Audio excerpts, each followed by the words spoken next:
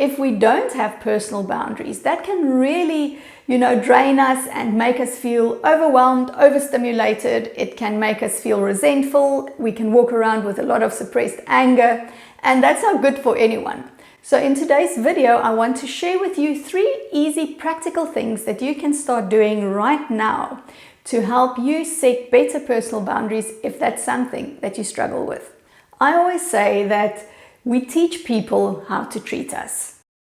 And the way that you view yourself energetically explains or shows to other people what is all right to do with you and what not. So it follows that if you have a limited self-view, if you are not very self-aware in terms of your own needs and wants, it becomes very difficult for you to uphold any kind of boundary. Maybe you never learned how to set boundaries. I know that growing up, we had no boundaries in our house. It was not something that featured at all. So we have to then, as adults, take responsibility for our own well-being and teach ourselves how to begin to set boundaries, because it is a skill. And it's something that you continuously work on, where you are really in touch with your own needs. You are in touch with the things that are important to you. And then from that space, you are able to move forwards and backwards in terms of what you will allow and accept and what not.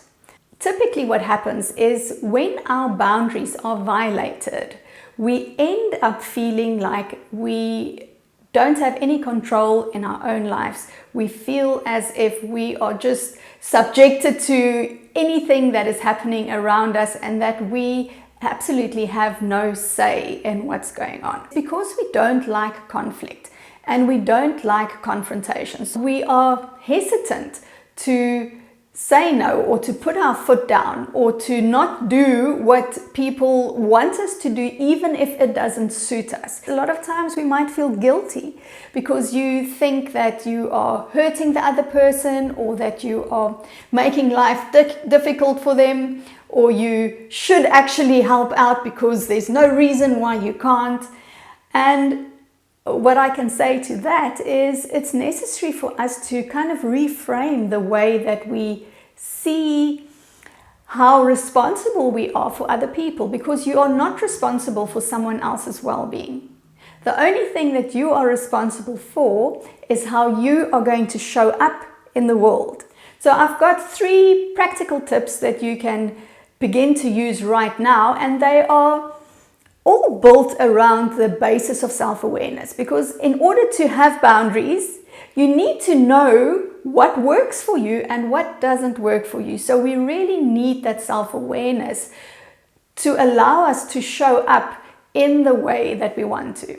So the first tip that I have for you is to begin writing down all of the things that you will accept in your life, the way that people treat you, the things that you are prepared to do. Our attention is focused outwards. Our attention is focused on the needs of the people in our lives. And in the process, we don't always look at what is important for us.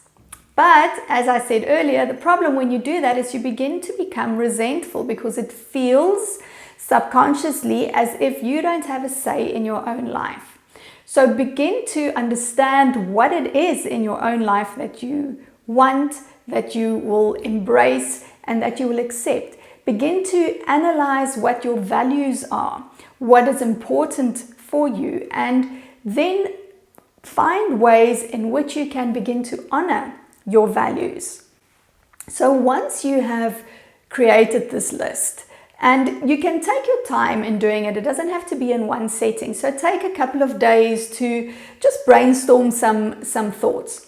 And what works very well then is at the end of the week, for example, you look back over your week and you reflect about the times where your boundaries were set but you didn't uphold them. And through this process, you can begin to slowly train yourself to not only set the boundaries, but also to make sure that they stay in place. The second tip that I have for you is to really tune into your body. A lot of times our bodies know before our brains know something. So what I mean by this is intuitively your body might respond before you even realize what is going on. And it might respond in fight or flight when the amygdala, in the brain, our alarm system might go off and send you into fight or flight. You might experience something like your heart beating faster. You might just get like a sinking feeling or a feeling of heaviness or an icky feeling. And it really is up to each and every person has their own signals that will come through in their body. So begin to pay attention to what responses and feelings and emotions come up. What you really want to do is just pay attention to the messages that your emotions and your feelings are sending you so that you can then act on them instead of being reactive, which is typically what happens when our boundaries are not in place. And then the third tip is about using your voice. Beginning to speak up for yourself. Practice communicating about the things that you don't agree with. Let's say, for example, your partner or your spouse, while you're having a conversation, they say something that makes you feel dismissed. Then tell that to them.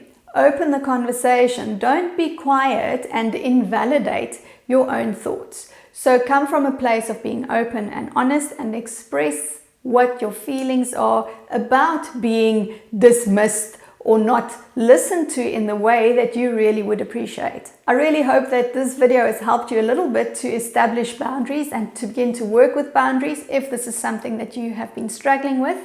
And if you enjoyed this video, then please do me a favor and give it a like.